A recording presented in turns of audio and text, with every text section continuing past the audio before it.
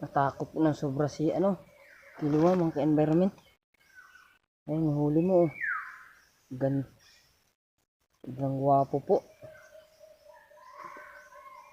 Ganda po mga ka-environment. Maedad na po ito Ayan po. Haba na ng tahid So, nagsugat na po yung kanyang binti dahil sa pagkalapag. Ayan po. May mga na rin po ito. Sobrang 1 taon at kalahati na. Ganda po, hindi po masyado yung tenga niya, maputi.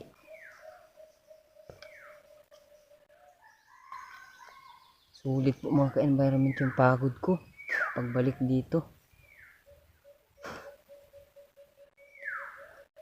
Sobrang 2 oras ko po bago napalapit ng Kilua.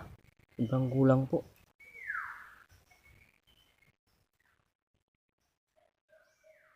Ang ganda po ng niya kaliskis. Maninipis na mabababaw lamang.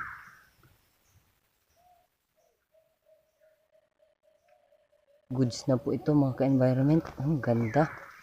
Wow po, ang laki po mga ka-environment. Ayan po. Pangalawang huli po ito ni Kilua. Ayan po yung tahid Ayun po yung pangalawang sumagot kanina. Medyo magulang po yun. Kailangan po yung may kasamang inahin. Ayan po. Tres Marias po ang niya. Ang ganda ng palong. Tsaka mata medyo maitim.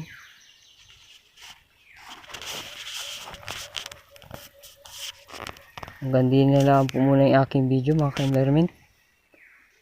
Ang dami pa po sanang din ligaw. Meron po doon sa baba. Meron doon. Tapos ayun po doon sa taas. Meron pa rin po sa taas. Kaso po medyo masakit na yung ng aking pangati. Ayan po, sugat ang ulo. Please like and subscribe na po sa aking YouTube channel. Maraming salamat po sa lahat. God bless.